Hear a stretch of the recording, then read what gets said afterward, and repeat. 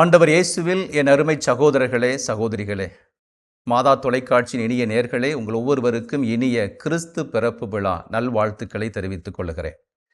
இந்த பிறப்பு விழா எல்லா இல்லங்களுக்கும் உள்ளங்களுக்கும் நிறைய அருளையும் பொருளையும் கொண்டு வர வாழ்த்துகிறேன். இன்றைய நாள் இறை உணவு சிந்தனைக்கு நமக்கு யோவா நற்செய்தியினுடைய முதல் அதிகாரத்தின் 18 இறைவாக்குகள் கொடுக்கப்பட்டிருக்கிறது. ஒரு நீண்டதொரு வாசகம். இங்கு யோவான் தனித்துவமான ஒரு முன்னோட்டத்தை தன்னுடைய நற்செய்தியினுடைய தொடக்கத்தில் கொடுக்கிறார். இதனை புரலாக் என்று சொல்வார்கள், முன்னுரை. நற்செய்தியினுடைய ஒட்டுமொத்த தரவுகளுக்கும் ஒரு இரத்தின சுருக்கமான பதிவை அவர் முன்வைக்கிறார். இங்கு கிறிஸ்துவனுடைய பிறப்பு அறிவிக்கப்படவில்லை.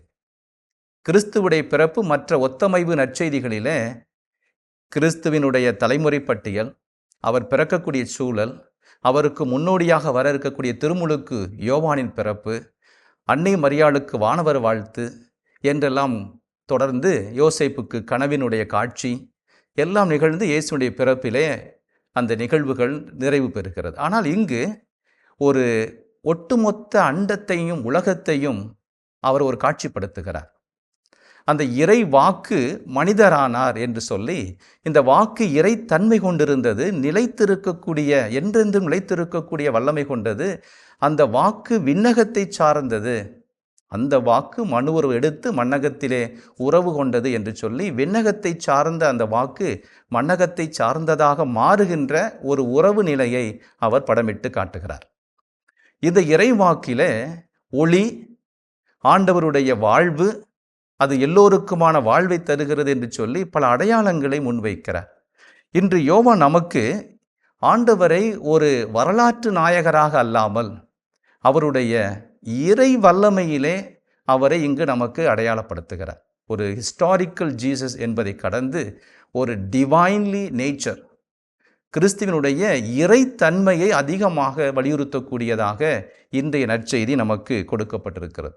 எனவே இந்த வாக்கு எத்தகைய வல்லமை கொண்டது என்பதையெல்லாம் மீண்டும் ஒரு தெளிவான ஒரு படிநிலைகளிலே உயர்த்தி கொண்டே விளக்கி கொண்டே செல்கிறார். வாக்கு கடவுளோடு இருந்தது, கடவுளாக இருந்தது, வல்லமை பொருந்தியதாக இருந்தது. இந்த வாக்கின் வழியாகவே இந்த உலகு படைக்கப்பட்டது, யாவும் உண்டானது என்று சொல்லி இந்த வாக்கினுடைய தன்மையை மிக ஆழமாக தெளிவாக ஒரு இறை சிந்தனை, இறையியல் சிந்தனையோடு கொடுக்கிறார். இந்த வாக்கு இந்த மண்ணுலகில் வருகின்ற போது அது பலனளிக்கக்கூடியதாக சோர்ஸ் ஆஃப் லைஃப் என்று சொல்லுகிறார். இது வாழ்க்கையினுடைய ஆதாரமாக, ஊற்றாக இருக்கிறது. இது எல்லா மக்களுக்கும் ஒளி கொடுக்கக்கூடிய வார்த்தையாக இருக்கிறது என்றெல்லாம் சொல்லி இந்த வாக்கினுடைய தன்மையை சொல்லுகிறார். மீண்டுமாக இது இறைவாக்குகள் நிறைவேறப்பட்டது, முன்னறிவிக்கப்பட்ட இறைவாக்குகள் நிறைவேறப்பட்டது என்று சொல்லி பழைய ஏற்பாட்டிலிருந்து இறைவாக்குகளை மேற்கோள் காட்டி, கடவுள், இந்த வாக்கு கடவுளுக்கு இணையான இறை ஞானத்தை கொண்டிருந்தது, இங்கே அவருடைய வல்லமை வெளிப்பட்டது என்று சொல்லி வாக்கினுடைய தன்மை, இட்டர்னல் வேர்டு, லோகோஸ் என்றெல்லாம் அந்த வார்த்தைகளை பயன்படுத்துகிறார். இத்தகைய ஒரு வாக்கு தொடக்கம் முதல் நம்மோடு பயணிக்கிறது. அது தனித்து இருக்கக்கூடிய வாக்கு அல்ல, மனிதனோடு உறவு கொண்ட வாக்கு, அன்றாட உணவாகக்கூடிய வாக்கு, நம்மோடு பயணிக்கக்கூடிய வாக்கு, நமக்கு அருமருந்தாக, பாதைக்கு விளக்காக இந்த வாக்கு நம்மோடு உரையாடுகிறது, உறவாடுகிறது என்று சொல்லி இறைவனை, கிறிஸ்துவை வாக்கு என்ற ஒரு வார்த்தை வழியாக அடையாளப்படுத்துகிறார். நாம் படைக்கப்பட்ட போது தந்தையாம் கடவுள் இந்த வார்த்தையை உச்சரித்து ஒளி உண்டாகுக, நிலம் உண்டாக என்று சொல்லி இந்த வார்த்தை வழியாகவே நாம் படைக்கப்பட்டோம். எனவே நமக்கும் இந்த வார்த்தைக்குமான உறவு தொடக்கம் முதல் உறவு கொண்டிருக்கக்கூடியது, தொடர்ந்து கொண்டிருக்கக்கூடியது என்று சொல்லி வாக்குக்கும் நமக்குமான உறவை சொல்கிறார். எனவே நாம் இந்த வாக்கை அன்றாடம் உணவாக எடுப்போம், தியானிப்போம், சுவைப்போம்.